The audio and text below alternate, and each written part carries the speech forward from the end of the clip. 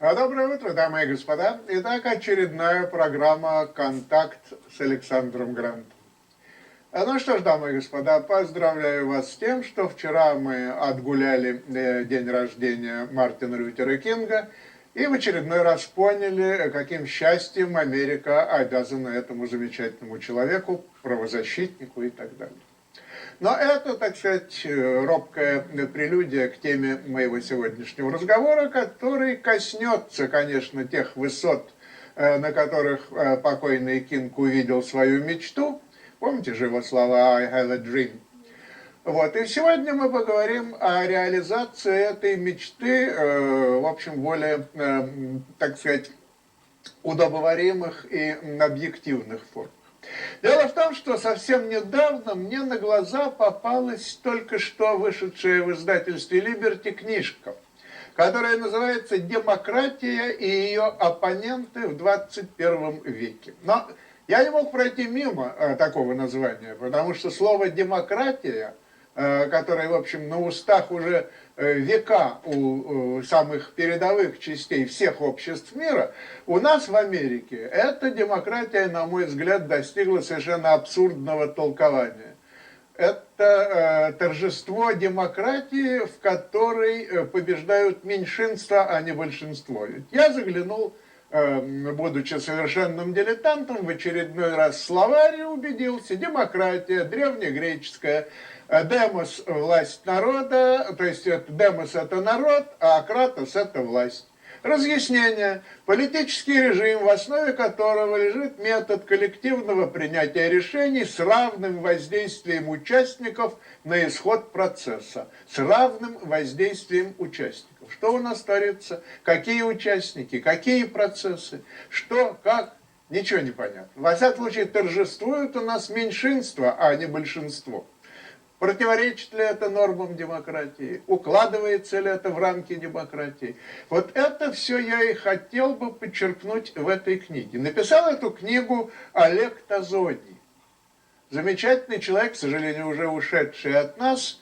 Он, по-моему, 27-го года рождения прошлого века. Он профессор, он, лучше всего о нем расскажет его жена, она, к сожалению, уже вдова, Мальвина Тазони, которая, в общем-то, и подготовила эту книгу к печати так, чтобы она была понятна всем и каждому.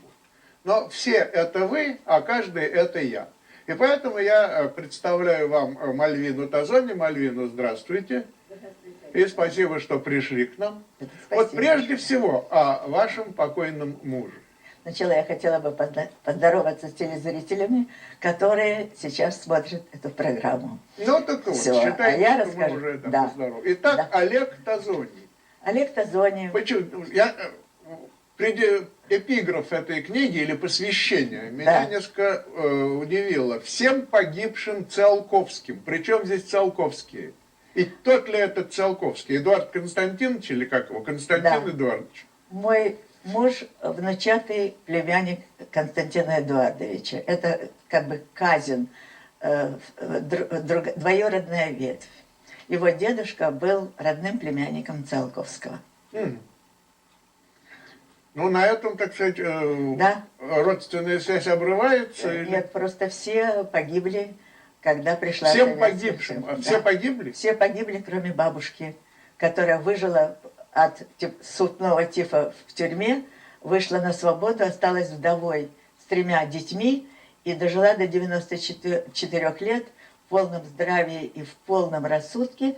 И все пережила все. Вы имеете в виду, что Циолковские погибли в сталинском терроре? Или ленинском терроре? Сначала в ленинском терроре погибли дедушка, а потом уже в большом 1937 году погибли родители. То есть к началу войны их уже никого не было. А мой супруг остался сиротой в 10 лет с бабушкой.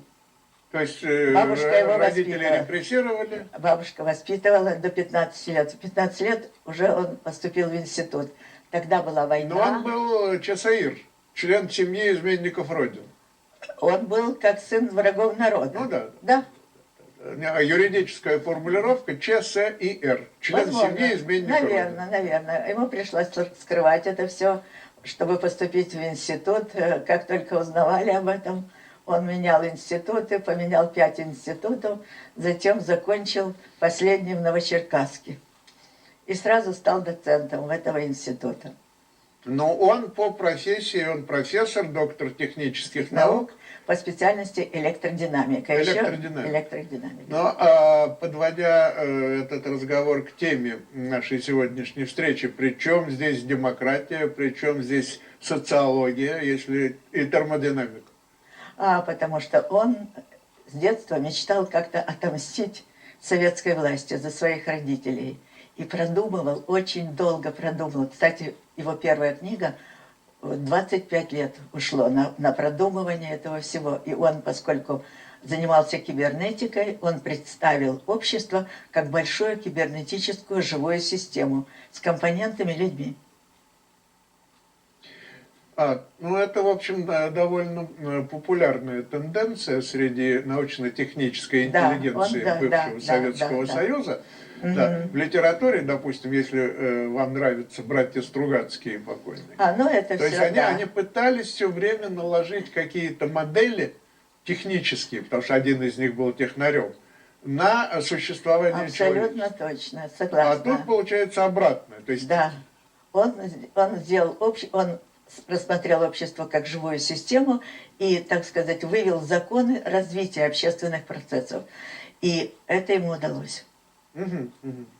Его книга называлась «Сможет ли демократия победить тиранию?» Да? Да. Сейчас она называется «Демократия и ее оппоненты». Это просто, так сказать... Да, это вариация, хотя та книга научная, там есть теоремы, законы, схемы. Я сделала ее проще, убрала все теоремы, все законы и все схемы. Я сделала популярные такие схемы, блок-схемы, которые известны всем. Я где-то прочел, что эта книга, то есть ваш покойный муж, применил научный подход к социологии. Но разве социология это не наука? Пока нет, не было. Трёп? Это был трёп. Правильно. Вот если примут эту теорию, это будет базовая основа социологии. И тут уже не будет двух мнений. Это просто законы развития общества. Но возвращаясь к исходу, к чему мы идем и откуда мы идем. Демос – это народ,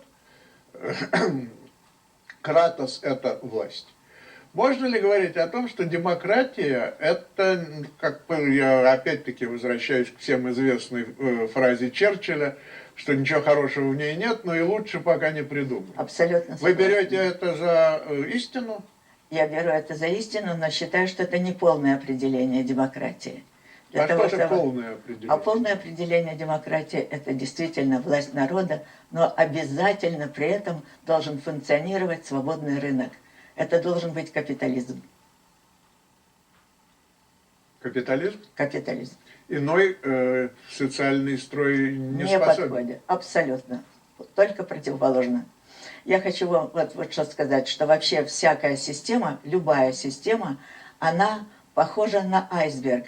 Вверху правительство, управление, а внизу управляют общественные механизмы. Так вот, правительство и тоталитарных, и я их называю пирамидальных государств, и демократических государств примерно одна и та же функция. Но механизмы, работающие под водой этого айсберга, прямо противоположные. Вот смотрите, когда мы, журналисты и сопутствующие нам политики, так сказать, низшего звена, потому что высшее звено нас не слушает, как правило, у них свои умы, и наши читатели, наши зрители и так далее, кричим о демократии, то мы всегда видим в этом что-то положительное. Демократия, нам не хватает демократии, мы боремся за демократию. Это не настоящая демократия, кричим мы. Но вот я выписал название государств, куда входит это замечательное слово. Германская демократическая республика, Корейская народно-демократическая республика, Демократическая республика Вьетнам, Демократическая республика Конго. Демократическая республика Афганистан, Алжирская народная демократическая республика, это Сахарская арабская демократическая республика. Ни в одной из этих стран, что в бывшей ГДР, что в остальных существующих, демократии в нашем понимании и не пахнет. Есть ли в этом какое-то зловещее значение этого слова? Что Нет. демократия это не демократия? Зловещего нет, но, так сказать, эти режимы очень похожи на идеи Маркса, который говорил, что все надо распределять, и вот это и есть народ, и это и есть демократия. На самом деле, большего вреда, чем нанес человечеству Маркс, я бы не назвала человека. Хорошо. Марксом, а демократия – демократия. То есть Но они демократия все называются, есть да. естественное порождение капитализма, как вы говорите, или нет? Ну, нет, абсолютно Вы нет. говорите, что Именно демократия возможна только при капитализме. демократия, да. Да. Да, а у них абсолютно, если считать как схема управления, у них схема управления без обратных связей. То есть то, что задается, не зная, что на выходе. Вот как при капитализме схема управления с обратными связями. И там есть сравнивающий орган, который смотрит, что на выходе получаем мы. И получается, что схемы с обратными связями работают. Это капитализм. Схемы без обратных связей – это вот эти демократические государства. Одна из основ, Марина, Да. одна из основ, и одна из ведущих тенденций внешней политики Соединенных Штатов Америки, куда примешивается и идеология, и политика, и экономика, и все остальное, включая военные науки, это насаждение демократии американского образца в другим обществам. И мы постоянно сталкиваемся с отторжением нашей модели. Да, я сейчас отвечу на этот вопрос. Это очень существенный вопрос. Но прежде я хочу продолжить предыдущий наш вопрос. Насчет демократии. Демократии, вот эти страны, о которых вы говорили, которые называются демократией, на самом деле это ужасные пирамидальные государства. Но там работает, как бы я сказала, культовый сектор, который им внушает, что это все принадлежит народу, все богатства. На самом деле, эти богатства принадлежат какому лидеру и его элите. Вот в чем дело. Но люди уверены, вот благодаря вот этой пропаганде, у них такое арабско-патриотическое сознание, менталитет. Они уверены, что, так сказать, они хозяева страны. На самом деле это неправда. Второй вопрос, ответ. Можно, да? Второй вопрос вот о чем. Очень страшны преждевременные революции. Сначала были... Да. Первые были пирамидальные государства, и они существовали тысячи лет они существовали. Они воевали друг с другом, уничтожали друг друга, сравнивались с землей. И казалось, что это эволюционный тупик. Вообще, они никогда не выйдут. Но все-таки некоторые из них выжили и стали развиваться. Хочу сказать, Александр, немножко подольше будет, значит, что все начиналось с элиты, всегда. Всегда. Все вот эти бунты народные, они всегда кончались плохо, потому что эти восставшие хотели просто поменяться с элитой местами, стать на их место. А элита уже понимала, в чем дело, она была более образованная, и постепенно государства, вот эти пирамидальные, эволюционировали. Сначала это были феодальные государства, и закон вот эволюции – это децентрализация. Потом были дворянские, еще мельче, они уже более заботились. Потом уже крестьян отпустили, крестьяне стали заниматься ремеслами, и возникла буржуазия. На первых этапах это было ужасно, так сказать, она эксплуатировала этих рабочих, и вмешались профсоюзы, они, конечно, помогали и так далее. Но когда уже заработала вот это капитализм и система свободного рынка, вот тогда люди пришли так сказать, ко времени, что можно уже строить демократию. Тогда легко свергался монарх, а можно и оставаться монархией такой парламентской конституционной монархией. А можно, значит, просто свергали, стали республики и так далее. Вот это уже демократия. Они уже строили демократию. Уже сознание людей было готово к демократии. И заработали механизмы свободного рынка. Демократия, между прочим, не делает всех людей равными и не распределяет равными богатство. Демократия просто дает возможности людям разбогатеть, выбиться, сделать из себя что-то и, так сказать, быть независимым. Вот в чем Но идея ни в одной из демократии. перечисленных мной стран, которые называются демократическими, эти возможности не присутствуют. Или присутствуют в самом зародышевом, самом угнетенном состоянии. Вы говорите о тоталитарных государствах, о Я авторитарных. говорю о Германской Демократической Республике. Конечно. Какое там было свободное предприятие? Никакое там не было. Конечно, нет. Там работали механизмы пирамидальных систем. А пирамидальных систем механизмы – это образование пирамидальных систем, вот этих пирамид управления. И там было 3 сектора самой древности. Еще при фараоне были 3 сектора. Это первый сектор – это создание аппарата. Второй сектор – это карательный, который за непослушание расправлялся. И третий сектор – это идеологический. Это были жрецы, которые воспевали фараона, воспевали все. То же самое и сейчас в современной демократической республике. Знаете, 3 сектора. я в начале 70-х годов находился на психиатрической экспертизе в отделении КГБ больницы. Очень Да. вам сочувствую. Вот. И в одной палате со мной находился поэт по фамилии Шлепнев, и я до сих пор помню его стишок. Я понял проклятый 100 крат там, лицо социал-демократа. На Западе он дерьмоклад, у нас же живет дерьмокрадом. Ну, да, Тоже объяснение. да. А о моем муже писали такие стишки. Всем известно, что Тазони жизнь прожил в советской зоне. Вот. Хорошо, Это на это было- мы с вами отвлеклись на шутки Да, и я прибауточки. хотела еще Да. рассказать еще об одном механизме пирамидальной системы. Вот первое – это создание вот этой трехсекторной пирамиды. Там это ГБ, ну, как она называлась в Германии, забыла я название. Штази? Штази там и так далее. Все трехсекторные, все.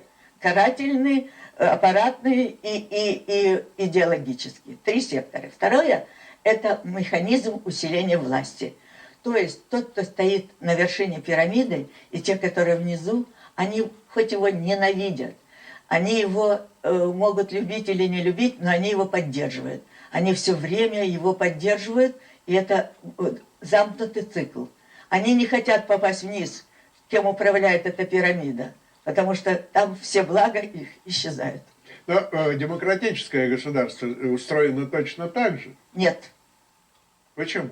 Ну, это Наверху если... власть. Да. Власть это поддерживается какими-то силовыми структурами. Это не силовые структуры. Силовые структуры Ну, у нас это называется правозащитные организации, то есть правоохранительные, извините, Ну, правоохранительные организации, правоохранительные, наверное, они нужны которые при следят за демократии. порядком, которые Да. обеспечивают, чтобы власть проводила свою линию без всяких покушений. Они Орган обеспечивают. государственной безопасности, ведь он только в бывшем Советском Союзе воспринимается как отрицательная величина. Да. Когда мы говорим у нас в Америке Министерство внутренней безопасности, это Да. для того, чтобы оно вполне Министерство государственной безопасности. Совершенно Но если правильно. мы по-русски переведем его так, на нас будут косо смотреть. Нет, значит, эти органы призваны контролировать как раз правительство. Они в тоталитарных странах правительство бесконтрольное. Здесь контролирует правительство, контролирует, чтобы так должно быть. Нет, Я говорю об это идеях. надо говорить А я что-то говорю, другое. Вы говорите мне о 3 ветвях власти. Что у нас не-не-не, есть я не говорю. исполнительная, Да, законодательная, совершенно судебная. верно. А Я это- говорю о силовых структурах, О о силовых национальной гвардии, Абсолютно. о вооруженных силах, о полиции. Это органы исполнительной власти, которые поддерживают власть. Да, но эти органы не карают тех, кто против правительства. Они карают тех, кто нарушает Конституцию. Нарушает законы. закон.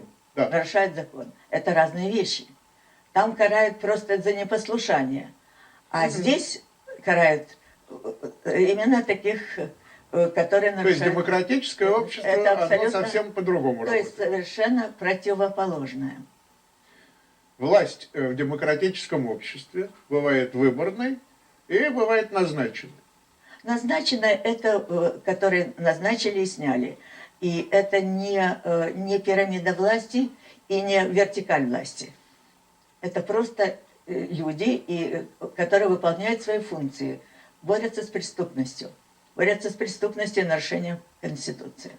Ну вот молодой человек, скажем, что американский, что российский, что китайский, прочтет вашу книгу, Да, которая будет переведена, соответственно, на английский и на мандаринский.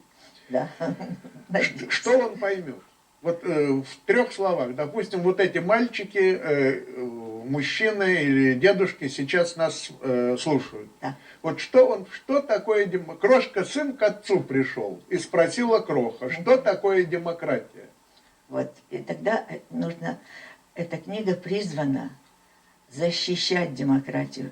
И что, дело в том, что если демократию не защищать, то она сама по себе не выживет. Это понятно. Она для этого я хотела сказать, что началось все с идеологии варваров. Вот когда племена образовались, то первая идеология внутри была варварская. Все свои – это люди, исполняющие запреты, которые в обществе есть. То есть, будем грубо говорить, Конституция. Все чужие – враги. Это была варварская идеология, она самая естественная. Она существует до сих пор она существует, и прекрасно себя чувствует. Она существует. Вот это и страшно. Идеология свободная, при демократии, свободная идеология, она очень легко при каких-то обстоятельствах может переродиться в варварскую, а оттуда очень много под нажимом страха и в рабскую, и в пирамидальное государство. Можно ли считать ростком или побегом демократии, скажем, новгородское вече? Когда вдруг ни с того ни с сего, там люди собирались, принимали решения, выкликали старшего. Но все равно, да, это так было. Но все равно князь был, и все богатства принадлежали ему. Он только жаловал. Он жаловал и мог в любое время отобрать. В Великобритании, когда, по-моему, в 13 веке, приняли хартию вольности, Магна Харта, это тоже какое-то проявление демократии? Это проявление демократии. Но опять, эти люди не знали, что есть вот эти механизмы подводные. И вот мы говорим, вы помните, задали мне вопрос о том, что вот преждевременные революции. Да. Вот можно о них мы можем поговорить? Ну, смотрите, ведь когда мы говорим о преждевременных революциях, можем ли мы сюда отнести и французскую революцию, и революцию февральскую 17-го года? Да. Я уже не говорю об октябре, потому что это не революция, а военный переворот. Так вот, я вам скажу, в чем дело. Действительно, февральская революция была почти... Они уже почти были готовы к демократии, но не успели. Вот это обстоятельства, война, разруха и вот эти марксистские кружки, которые настраивали народ против правительства, против царя, они, значит, царя заставили отречься, и власть получила правительство. Но это правительство, оно было очень уважаемым, 37 там членов было. Но это были адвокаты, либералы какие-то, учителя, врачи. Да. Но ни один Комаровский был бизнесменом. А должны были там быть бизнесмены, которые понимали, что такое бизнес, и как строить вот эти, понимали, как, может быть, интуитивно понимали, как строить вот эти механизмы. Но бизнесмены вроде Савы Морозова тоже кое-что понимали и финансировали. Это, видите, просто было его... Очень большая неудача, что он влюбился в эту актрису. Это большой... Романтическую сторону мы оставим. Да. Французская революция. То есть, смотрите, мы, наверное, с вами сойдемся в том, что мы говорим о двух процессах, эволюция и революция. Звучит почти одинаково. Но вся трудность цивилизации в том, что они переходят одна в другую и мешают одна другой. Верите ли вы в эволюционное развитие общества без вот этих революций? Верю, да. Оно, Потому вот, что вот эти- революция, в принципе, это с английского языка revolution это оборот, переворот. Совершенно правильно. Я скажу вам про Россию. Россия пережила две преждевременных революции. Первая это было в октябре, когда тут же, понимаете, когда это преждевременная революция, это когда общество еще не дошло до конца эволюции, а тут то ли ему навязывают, то ли сами внутри решают, что надо свергнуть. Вот, например, Шаха. Вот они решили, что шах. А там же уже была почти демократия. Могла бы быть парламентарная такая республика во главе с шахом, с шахом. Понимаете, а они убрали шаха, еще не были готовы механизмы вот этой власти. И, кроме того, когда наступает преждевременная революция, все зависит от этого временного правительства. Сможет ли оно, так сказать, удержать хаос, не пойдет ли оно на поводу у толпы. И социально опасные люди, я им говорю, те, которые органически или вообще идейно нарушают вот эти, не признают запреты. Не признают запреты Конституции. Для них никаких запретов нет. Я не знаю, Малин, насколько пристально вы следили за политическими событиями на вашей бывшей и на моей бывшей родине. Очень пристально. Я имею в виду, можно ли считать временным правительством и какой-то революцией Ельцина и его окружения? Именно так. Потому что Горбачев, я вам вот сказала, что всегда эволюция начиналась сверху. Когда пришел Горбачев, это был человек, который хотел, но не умел сделать. И вот, значит, пришел Ельцин, он не справился. Вот это временное правительство. Но Горбачев, вы говорите, хотел, но не умел. А Ельцин, по-моему, и не умел, и не хотел. Нет, Ельцин не хотел. А вот, кстати, между прочим, Илларионов, вот, он был в команде Гайдара. Это были оксфордские мальчики, которые... Вы имеете в виду Андрея Лауренова? Да, я имею в виду... историка, политолога. Да, наверное, и экономиста. Мы, господа, знакомы с его выступлениями, с его статьями. Он как-то был у нас на передаче. Он два раза, работает по-моему, в Вашингтоне, в институте Карнеги, ведет там какую-то пророссийскую тему. Это очень здорово. Я его найду. Умный человек. Умнейший. Значит, он был в команде Чубайса и Гайдара. Но у Гайдара дед был же революционер, и он вот эту идеологию революционную, все-таки Гайдар, несмотря на свое образование, не изжил. И он считал, что надо, конечно, отпустить цены, это все, но надо активы дать нужному человеку, то есть дать лидеру. Вот тут не согласился с ним Илларионов и ушел из этой команды, поссорился с ними и ушел. После он был советник Путина. Сначала он был даже очарован Путиным, потому что Путин очень внимательно его слушал. Вот, но потом он убедился, что это все не так, и что все Путин хочет забрать в свой карман, в том числе и нефть, которая богата была. В общем, короче говоря, можно тоже считать Путина социально опасным человеком. Временное правительство Ельцина. Я хорошо застал тот период, когда люди приходили, уходили, их назначали на 2 дня. Он тоже не мог, он тоже не видел. И тогда демократы торжествовали. Да. Вы помните, что творилось, я как журналист помню, что творилось со средствами массовой информации. Чего только была свобода слова такая, что ее невозможно остановить. Сейчас уже об этом вспоминают с легкой горечью. А вот слушайте, это те люди кричали, которые не видели и не знали, что есть подводные механизмы, которые надо сначала запустить, а потом уже свобода слова и так далее, или одновременно. Вот это... Но для преодоления этих подводных механизмов господин Ельцин применил танки на Крымском мосту. Вот именно. Это тоже не лучший способ для прокладки фарватера. Он просто не понимал, видимо, или, может, понимал и не хотел, что нужно развивать прежде всего частную собственность. Они же сначала отпустили цены, а потом уже ввели частную собственность. Эти ваучеры, которые народ не понимал, что такое, за пол-литра продавал, ценнейшие документы. Владение общество, которое зародилось которое зародилось тогда и продолжает существовать сегодня в России, можно считать демократическим? Нет. Нет. тоталитарная. Сказала мне Мальвина Тазони, ей бы хотелось, чтобы, прочитав эту книгу, люди поняли, что демократия не выстоит, если ее не отстаивать. Она погибнет под напором тирании, а тирания, на мой взгляд, это, конечно, качество вечно присущее человеку.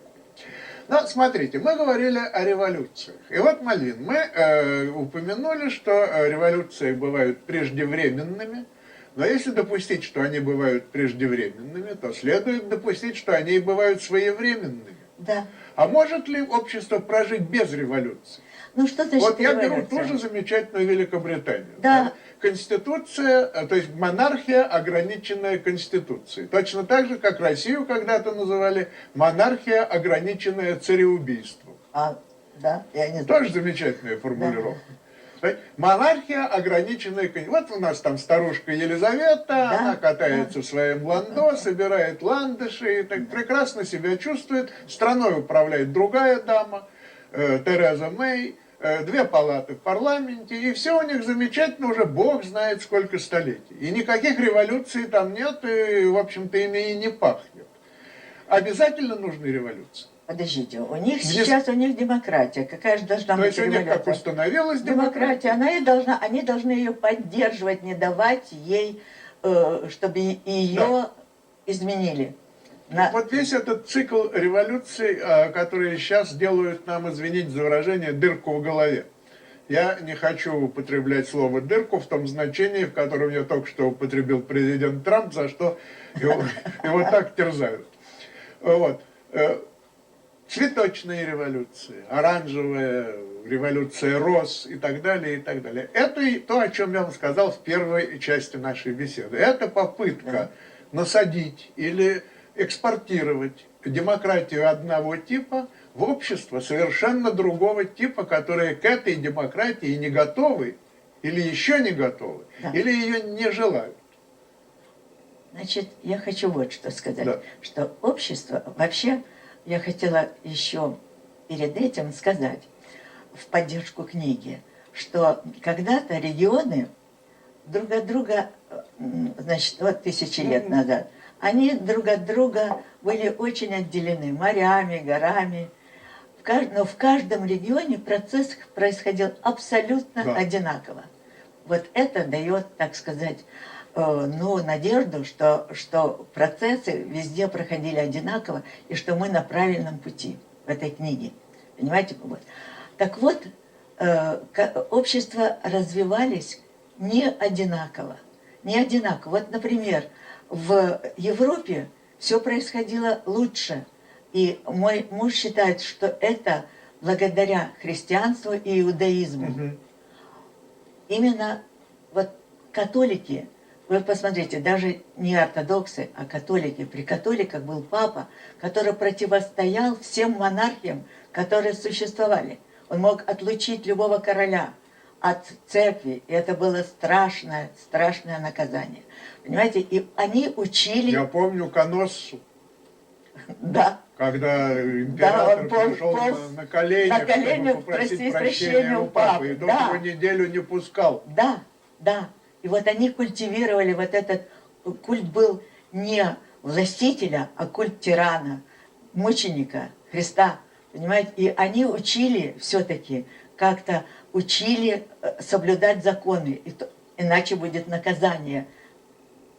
Сверху. А объяснял ли ваш муж, или пытался ли он объяснить вот эту гигантскую разницу идеологий и демократий между исламом и христианством? Это я сейчас еще, если вы захотите, к этому приду.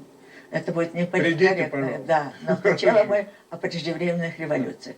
Когда, значит, наступает преждевременная революция внутри или снаружи, снаружи люди видят, что у них такая хорошая жизнь. Давайте будем учить других тоже, научим, дадим им. Это самые благие намерения. На самом деле они не благие намерения. Люди не дошли в своей эволюции до конца. Вы говорите о мирных. Вот я имею в виду, когда пришла пора и эволюция закончилась, рынок свободный сформировался, люди, сознание их уже, менталитет стал свободным, и идеология свободная, а менталитет, можно сказать, даже интернациональным, они хорошо относятся к другим сообществам, это уже не революция, это такой мирный бархатный переход.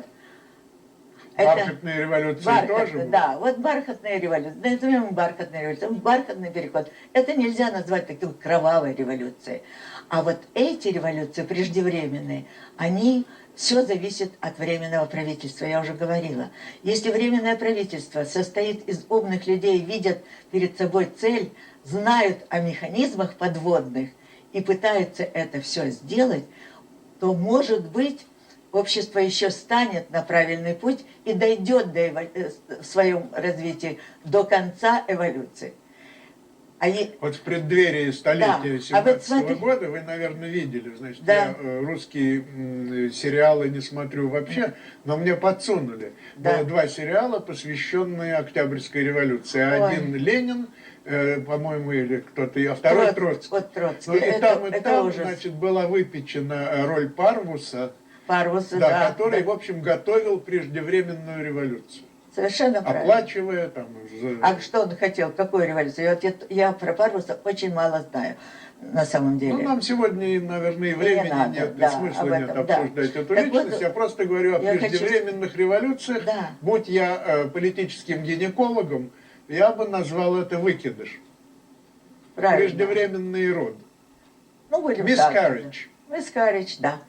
Но тогда в правительство, вот сначала, во временное, вошли очень уважаемые и очень хорошие люди. Они жаждали свободы и все. Но вот этот переворот, который устроили большевики, а потом этот красный террор, а потом они просто эту революцию вот как раз откинули назад, к фараоновским временам. И когда мы пришли уже к концу века, то Россия уже хуже экономически была, чем Россия 13-го года. Да, еще хуже. Это еще была более страшная революция. Чем общество менее готово к революции, тем страшнее она происходит. Может быть, гражданская война, что было. И, слава богу, здесь гражданской войны не было. Не знаю, так сказать, уже сознание людей и опыт демократических стран, примеры, они что-то сделали. Но все-таки пришли, это люди, я называю, социально опасные. Пришли Можно ли считать, что любая преждевременная революция, как таковая, что французская, что российская, они, даже германская, они все-таки исходят, и они питаются озлобленностью и нищетой народных масс. Совершенно правильно. Поэтому, если не надо никого уговаривать, достаточно спичку зажечь, все уже готовы. Да, но тогда правительство, вот его роль, справляться с этим хаосом, который есть. Справиться с хаосом и правильно направить их. Вот это, если правительство сильное, временное, то оно может еще вырулить к демократии когда-нибудь, не сразу. В России сразу опять к демократии не готовы совершенно. Вот это арабско-патриотическое сознание их. И, конечно же, собственности нет. Она как бы есть, но ее нету. Все-таки все захочет, скажем, глава, лидер и Ходорковский в тюрьме. Захочет, любой олигарх сядет и заберут у него. Пока они не имеют своей собственности, они не независимы. Ну, то, что происходит в России... Да, и в России, и то же самое... И в мы говорим о вот этих самых цветочных революциях. Цветочные Насколько революции. То общество было готово или не готово? Ну, вот, скажем, Ливия, что делали? Да. Вот они восстали, а их поддержали извне. И что произошло? Обычно такие революции очень часто откатываются назад. Что мы имеем в виду? Растерзали... Да, растерзали Каддафи, этого несчастного. То же самое, кстати, в Ираке. То же самое было. Это тоже была как бы насаженная преждевременная революция. Они не готовы еще. Им еще долго-долго развиваться. А насчет исламских, это совсем другой вопрос. Исламская религия... Смотрите, еще один вопрос, чтобы закончить с революцией. Давайте. То есть есть страны передовые, к которым мы относим и нашу страну Соединенные Штаты Америки, есть страны отсталые. Абсолютно точно. Совершенно естественно, что передовая страна хочет, чтобы отсталая страна жила так же, как передовая. Очень. чтобы уважались те же моральные ценности, чтобы тоже носили красивые штаны, чтобы были дешевые товары народного потребления, чтобы жратва была на каждом прилавке и на каждом столе и так далее. Ничего из этого не получается, потому что там в это не верят. Но я говорю не о неготовности отсталой страны, а о желании насадить свои, так сказать, законы и свои привычки из каких-то экономических побуждений, что это не только идеология и не только гуманизм. Захватывая, все-таки борьба за рынки сбыта, борьба за то, что если у нас будет новый союзник, мы не только хотим его заполучить, потому что он такой хороший человек, а потому что на его территории возможны ростки процветания нашей экономики. На этом, в общем, держится все. Сейчас я вам отвечу двумя ответами. Пожалуйста, да и нет. Нет, да и нет, это не пройдет. Значит, должны, если демократические страны хотят сделать демократическими, поделиться демократией с другими странами, то они должны помогать им экономически, развивать их рынки, прежде всего. Тогда уже идеология сама по себе, так сказать, но, скажем, в Иране и Айтол, они, это властелины, Айтала, это то же самое, лидер, вот эти его поддерживает пока. У него, это авторитарное государство. Вот смотрите с Германией, что было после войны. План Маршалла. Да. Как он ее поднял. Вот такие должны быть помощи. Вот такая должна быть помощь странам, которых мы хотим видеть демократическими. В противном случае они просто будут откатываться назад еще в худшие времена, с худшей экономикой и с худшими лидерами. Ну, в общем-то, вы меня не переубедили, но, во всяком случае, ваш ответ звучит достаточно объективно. Хорошо. А теперь разница между исламом и христианством как Сейчас влияние скажу. на демократические процессы. Сейчас скажу, в чем дело. Ислам – самая молодая религия. Ей всего 7 веков. И они очень наспех создавалась. Мохаммед, ему нужно было срочно объединить эти варварские племена, которые были, и стать во главе. Понимаете, они заимствовали христианскую религию иудаизма наспех и забыли вставить запреты основные, которые должны быть вот запреты Мусы Моисея. Там их нет. Значит, и поэтому они остались без запретов. Поэтому ислам разрешает убивать неверных. Ислам просто гласит, Коран, что надо убивать неверных. Ну, а Тора или Новый Завет что, не разрешает убивать, так сказать, не инакомыслие, а еретиков, скажем? Ну, может, какие-то А кто древние... кто с мечом к нам придет от меча и Ага, погибнет? оно к нам придет. Да. Тогда еще все государства были пирамидальные, и все готовы были напасть на другие или же отражать нападения других. А здесь сейчас демократически, если ты, так сказать, в ислам, ты же не имеешь права выйти. Если ты по рождению религиозный мусульманин, ты не имеешь права перейти в другую религию. За все смерть. Всем неверным смерть. Вот ИГИЛ и все. Вот в чем дело. Она просто очень воинствующая. Ее надо реформировать, вставить туда запреты. Если туда вставить, это будет обычная религия. Я охотно верю, что большинство мусульман себе хотят свободно молиться, и чтобы их не трогали, и жить себе свободно. Но среди них же есть радикалы, которые просто, так сказать, мешают жить. Можем ли мы, наконец, поскольку наша беседа неумолимо ближется к концу, поговорить, насколько это затронуто в вашей книге и вообще в области вашего мышления о демократических процессах в Соединенных Штатах Америки? Нет, эта книга вообще для всех государств. То есть вы не выделяете? Нет, это нейтральная книга, наука о демократии и наука о социологии как об обществе. Нет, не затрагивает. Но нет ли в этом какой-то обреченности? Потому что не бывает универсального рецепта. Нет. И вы даете универсальную модель демократии? Нет, это пока идеальная. Она требует... идеальная. А что сказал Черчилль? что это пока недалека от идеала. Ее надо совершенствовать, и ее надо... Вот именно, ведь Черчилль Её- сказал «пока». То Пока, есть он да. предусматривал Да, создание она должна какой-то быть- новой модели. Не думаю. А он просто хотел совершенствовать эту. Новой пока еще не придумали. Может, кто-то придумает, окей? Это будет новая социология.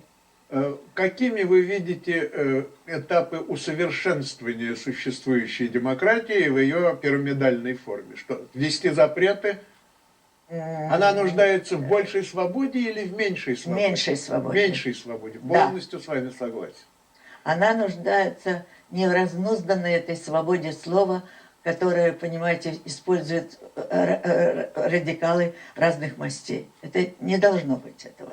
Но вам тут же возразят, что, простите, пожалуйста, милая мадам Тазони, Да.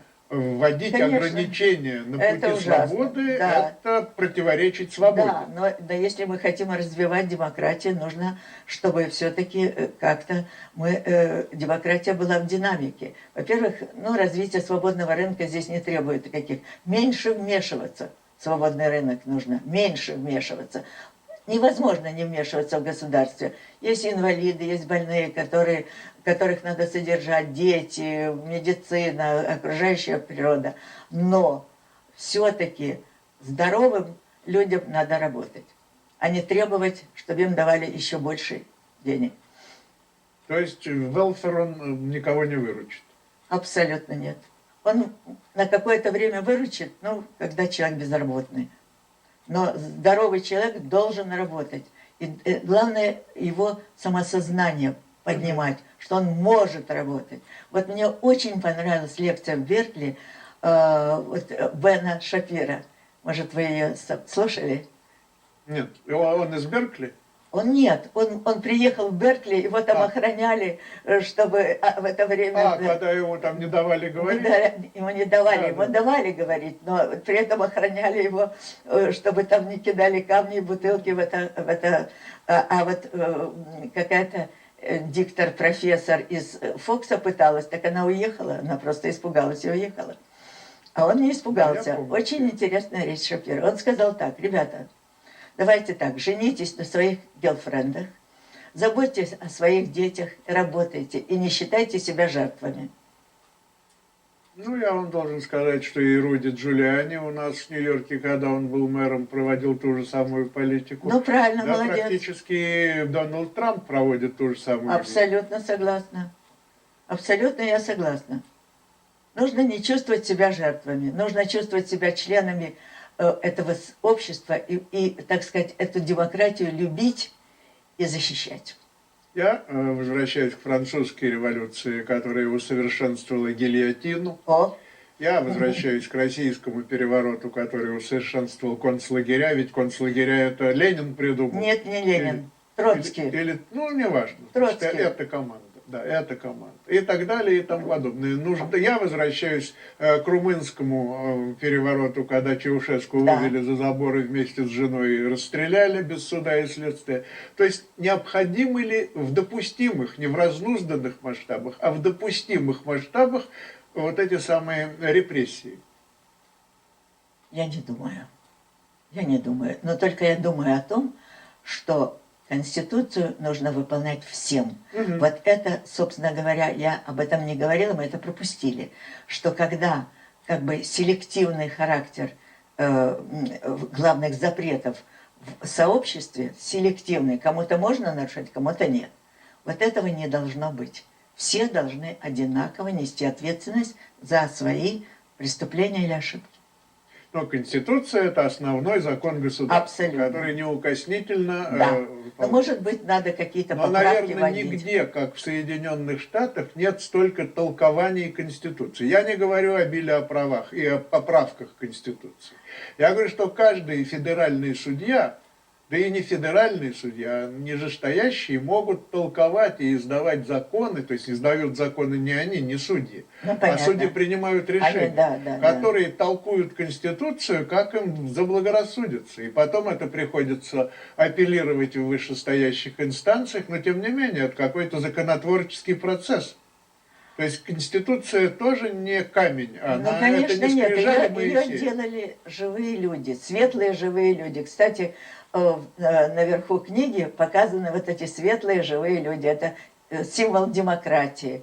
А потом толпа, это безликая толпа, это все. Это внешние враги, это внутренние радикалы, это вся толпа противников, оппонентов Конституции. Не Конституции, а демократии. Вот это придумал Илья Левков. Такой дизайн обложки книги. Вот оно. Да. Ну, Илья Левков великий дизайнер, отдадим ему за это честь, Да, но да. это предмет не сегодняшних бесед. Да, да. Ну Так вот, завершая наш разговор, эта книга носит такой как бы популярно-педагогический характер. абсолютно точно.